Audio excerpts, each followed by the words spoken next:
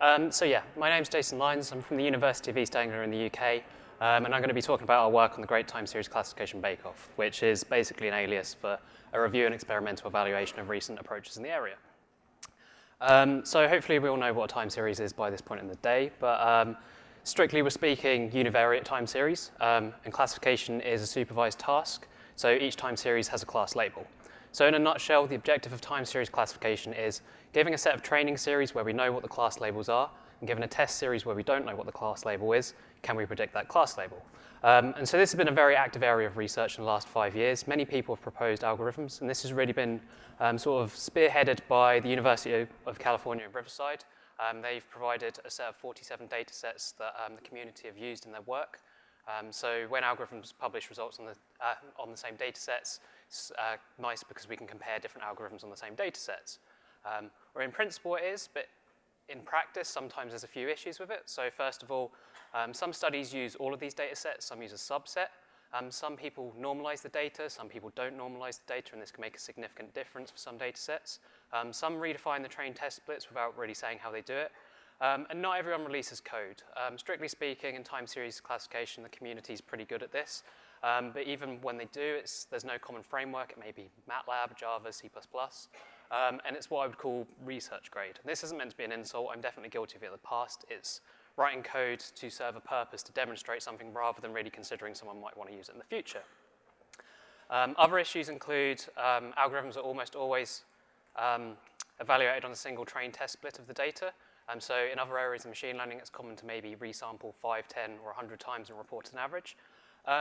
And also, if we constantly keep reusing the same problems, we may end up overfitting. So it's great that we've got these 47 different problems, but say we use them until the end of time, we'll end up with algorithms that are very good on those data sets and may not generalize very well to other ones. So we should strive to keep adding data sets. And finally, we have a benchmark in the field. So that's dynamic time warping with a window set through cross-validation and a one nearest neighbor classifier. So we heard about that earlier. That's a benchmark in the field for a reason, because it's very hard to beat. But sometimes it's a bit lazy to use just that as a benchmark, because there are other simple approaches that we could also use. So these kind of points sort of led to what we've called the bake-off. So we thought this was a prudent time to carry this work out, because the UCR datasets have recently been relaunched. So we've gone up from 47 datasets to 85. So we thought this was a good time to take stock of the literature, and we've carried out a thorough experimental analysis of the leading algorithms. So to do this, we've implemented 19 algorithms in a common framework, which we've written in Java. And the reason we chose Java is because we can integrate it with the Weka Machine Learning Toolkit. And the whole idea behind this is then we have access to a whole bunch of machine learning and data mining tools. And the idea is we're releasing this, it's going to be open access, so anyone can use it. Hopefully the community will like it and add to it in the future. But as a starting point with these algorithms, we've carried out what we believe to be one of the largest experimental studies ever in machine learning. So we've reported results over these 85 data sets, but we'll also resample them 100 times. So effectively, we have 8,500 distinct problems. So you can imagine after doing all the training to set parameters and all the testing of all these algorithms, we've done quite a lot of work. We've estimated in the region of about 30 million independent experiments, and this has taken us about 6 months to run over thousands of nodes on a high-performance computing cluster. So I mean, this is all well and good, but what's the point? So our goals are twofold. Firstly, we want to promote reproducible research by providing a common framework that others can use, and also we want to present an overview of time series classification literature. I should note our emphasis in this work is on classification accuracy. Efficiency is important. However, it's beyond the scope of this work. The scale is already quite vast, so we thought it was best to focus on one thing. But all experiments are fully reproducible. So as I mentioned, we're releasing the code, we're releasing detailed results and all the data sets. They're all going to be at one source, which is timeseriesclassification.com. This website is live now. I would say it's kind of in beta. It's a bit rough around the edges, but it's there if you want to have a look at it after this presentation. Okay, so quite an important part of this work is how we compare classifiers.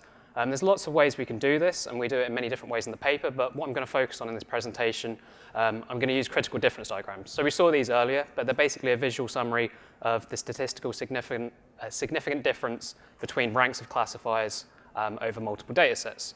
So in this example, we have 5 classifiers here. The number next to each classifier is the average rank over whichever data sets we're using. And the key idea is that these black horizontal bars are called cliques. And if 2 classifiers are within the same clique, the rank between those classifiers is not significantly different. However, if they appear in 2 different clicks, they are significantly different. So I can quickly say from this diagram here that classifier A is not significantly better than B because they're in the same click. However, A is significantly better than C. Okay, so I'm going to talk about the algorithms we use now, and we had to draw a line somewhere. So these are the criteria we used for including algorithms. Firstly, they must be recently published in a high-impact conference proceeding or journal. And they must be evaluated on at least some subset of the UCR data. So we want to see research that's at least trying to be reproducible. And on the same note, source code must be available at least in some kind of form, because it's very difficult to recreate someone's algorithm without a base to start with. And it also must be feasible for us to implement this in Java. So for example, one we had to omit from the study relied on about 100 different MATLAB subroutines. Unfortunately, we couldn't do that because we'd basically need a PhD student to spend their entire project doing it. So we had to omit that one.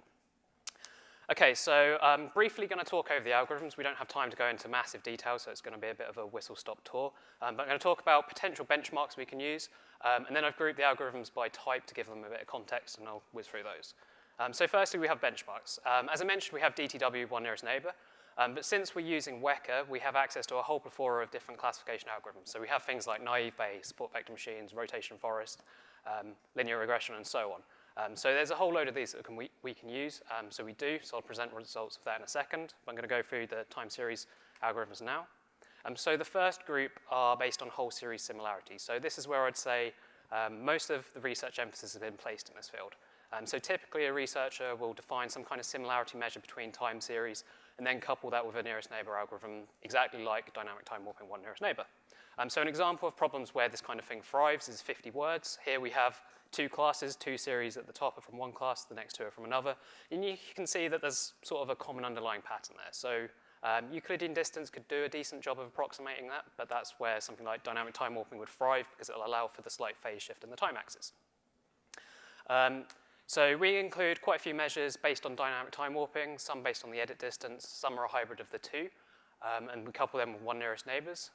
And we also use something called the elastic ensemble. So I've got an asterisk next to it because that's one of our algorithms, so I want to be really transparent about that. And that's basically a combination of multiple one nearest neighbor classifiers with different distance measures that are then weighted in a very simple proportional ensemble to come out with one vote.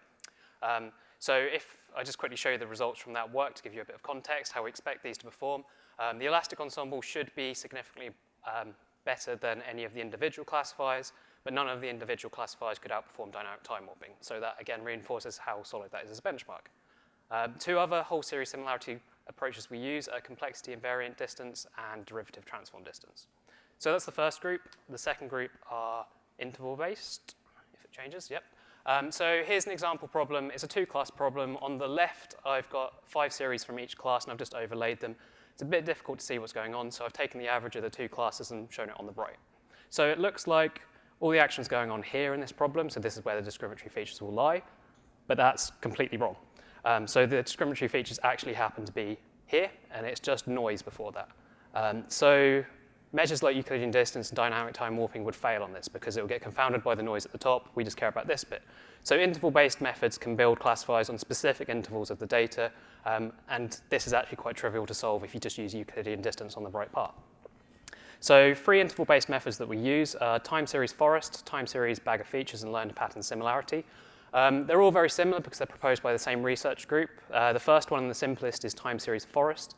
So that effectively extracts random intervals from the data, calculates some summary stats, and then passes them to a random forest classifier. And so I've taken the published results from these 3 algorithms and put them in a critical difference diagram just so we get an idea of how they'll work. So we can see they're different, but there shouldn't be a significant difference between them. So the next group are based on shapelets. So Aaron talked about that earlier, but very briefly, a shapelet is a subseries of time series classification problem that's maximally indicative of class value.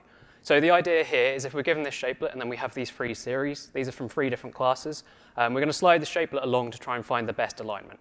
So it might look like something like this. So we can see on the first one it's a very good match, on the second one it's an okay match, and on the third one it's a very poor match. So we can use the distance between the shapelet and the best alignment as a feature in classification. So 3 approaches that use shapelets that we're looking at. Firstly is fast shapelets. So this is an extension of the original shapelet algorithm, which builds a decision tree from shapelets. Secondly, we have the shapelet transform. So this extracts many shapelets to transform data according to distances to the shapelets and then builds a heterogeneous ensemble of standard classifiers. Again, an asterisk there because Aaron talked about this earlier. This is UEA work. And finally, we have learned shapelets, which is different from the rest in the way they extract shapelets and uses the linear regression.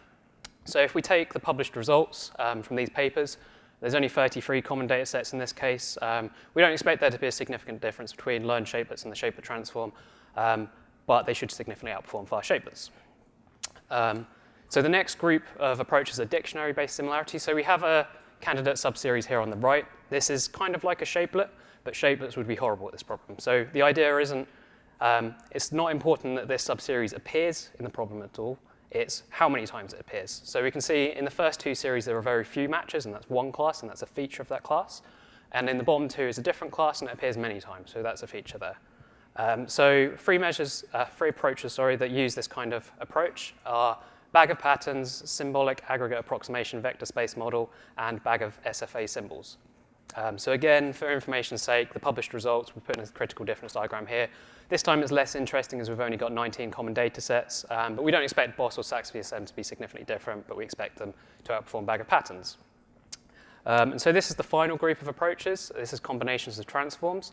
So firstly, we have DTW features. So this is kind of similar to the shapelet transform, but uses DTW to transform data according to distances, and also appends SACS on the end of it. So it's kind of like an implicit ensemble because it's got two approaches. And finally, we have the collective of transformation-based ensembles, or COAT for short. And again, this is our work, and this is kind of our most recent algorithm. And this is kind of what spawned the bake-off to begin with. So we believe that this algorithm is significantly more accurate than any of the other algorithms in time series classification. And so we started comparing them to other published works, and then we ran into these issues, and one thing led to another. We ended up with a bake-off. So the way COAT works is it builds classifiers in 4 different domains and then combines them in a simple proportional ensemble to come out with one prediction. So obviously, this isn't going to be efficient. It's probably the slowest algorithm that we look at, but it should be the most powerful in terms of classification accuracy. So that's a very brief summary of the algorithms we're looking at. I'm going to talk about the results now. Firstly, I'm going to talk about the benchmark classifiers, and then I'll compare the time series classification specific approaches to those benchmarks. So over the 85 data sets, these are the benchmarks that we took from Wecker, including DTW. There's quite a lot of information there, so I just want to highlight these ones here.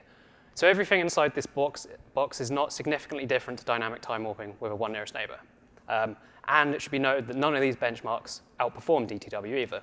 But what is quite interesting is the lowest ranked, or best in this case, is rotation forest, and that significantly outperformed everything except from random forest and DTW, which is quite a surprising result since it's just out of a box approach.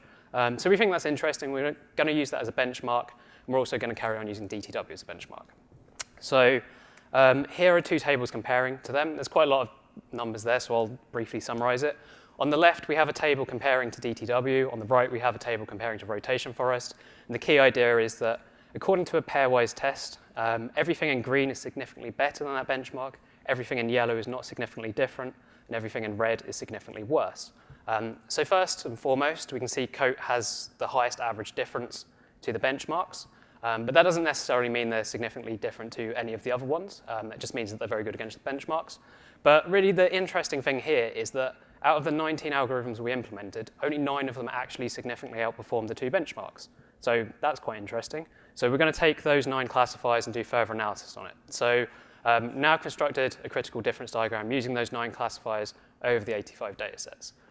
So first we can see that COAT, the collective, has the lowest rank, and it's in its own clique, so it's significantly more accurate than the other classifiers. So that's a good result for us, and it's confirmed what we believe to be true. But what I find really interesting about these results is the diversity here. So we have whole series methods in the top 9. We have shapelet-based, we have interval-based, we have dictionary-based, and we have transformation-based. So this really supports the no free lunch theorem.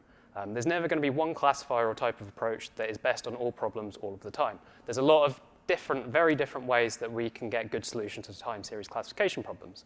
However, a secondary result that's also quite interesting is that all but one of these approaches are implicitly or explicitly an ensemble.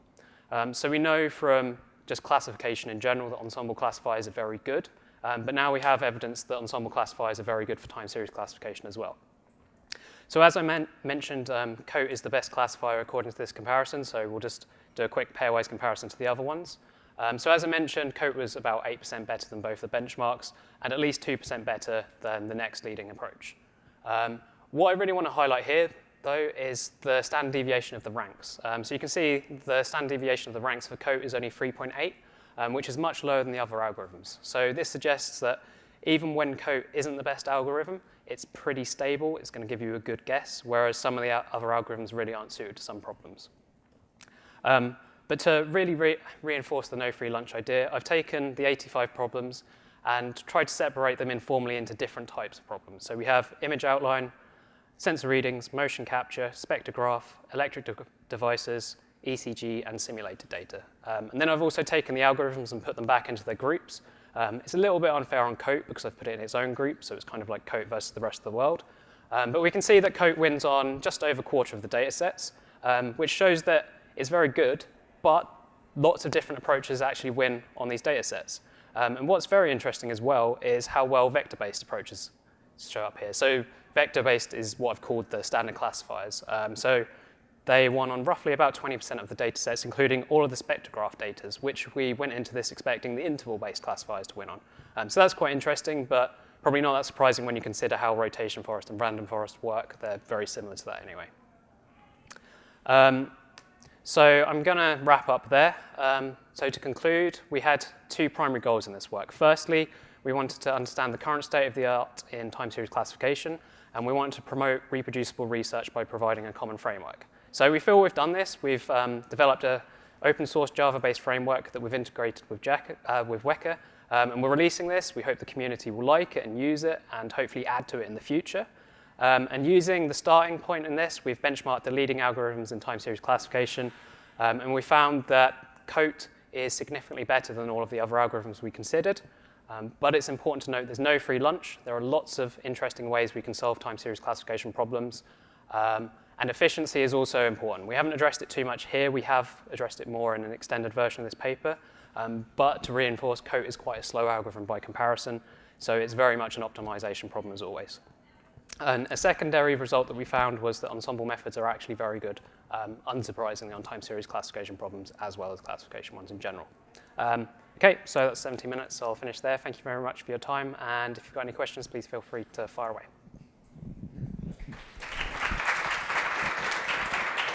Any question?